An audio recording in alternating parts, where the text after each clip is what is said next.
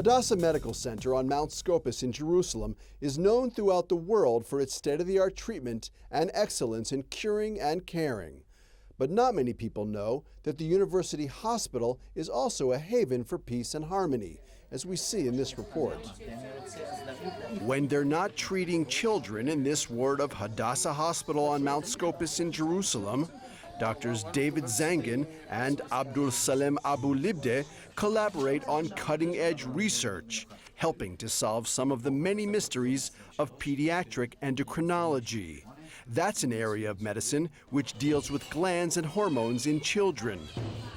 But their work together symbolizes something much deeper. Dr. Zangin is an observant Israeli Jew who for many years was a senior medical officer in the army. Dr. Salem Abu Libde is a Muslim Palestinian who studied his profession in Syria, resides in East Jerusalem, and also works for hospitals in Ramallah and elsewhere in the Palestinian Authority.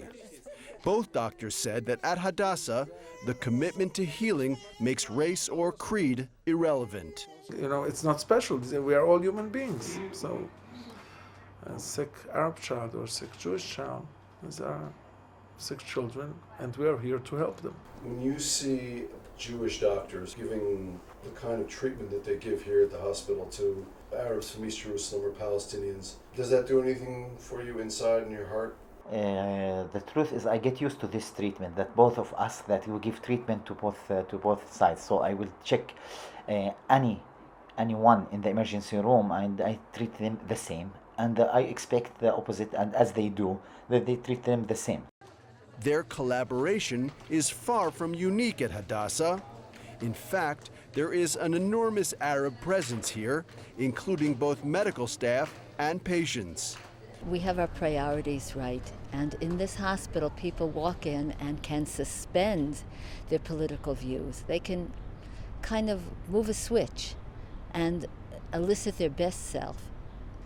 They elicit themselves for healing, they elicit themselves that care about human life. And if anything, that's a lesson and a model for all of us who function outside of the hospital as well. Dr. Abu Libde says that working at Hadassah gave his career an enormous boost. I started here as a resident, pediatric resident. I'm certified as a pediatrician. Certified pediatrician from the Israel Medical Council, from the Palestinian Medical Council, from the Jordanian Medical Council. I have the opportunity to have a PhD in pediatric endocrinology, to be certified officially from Hadassah Hospital, and to be certified from the Palestinian Authority as a pediatrician. I can have a career, I have colleagues to cooperate and to improve. Dr. Zangin said he hopes Dr. Abu Libde and others will take further advantage of their experience at Hadassah to promote changes in their own communities. I very much try to stimulate my colleagues from the Palestinian Authority and from Gaza to be producers also, not only to learn to do the clinical work, but to be producers, to be leaders. As somebody becomes a leader, he has something to create further and to build and to construct in his own society. Truth is, Hadassah Hospital wasn't always this peaceful. In 1948, a convoy of 78 doctors, nurses, and medical students were murdered on their way to the hospital in an Arab ambush, one of the bloodiest slaughters in pre-state history.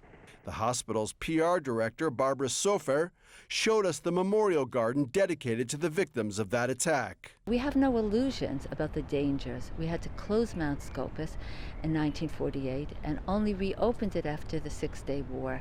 But I want to say that the very same day in April 13th, 1948, or during the Intifada, there was never a day, there was never an hour in which a patient was refused treatment in this hospital.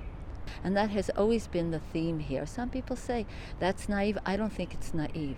I think that those are the values of Hadassah, are our Jewish values, are the values of the State of Israel, and I feel proud of those values.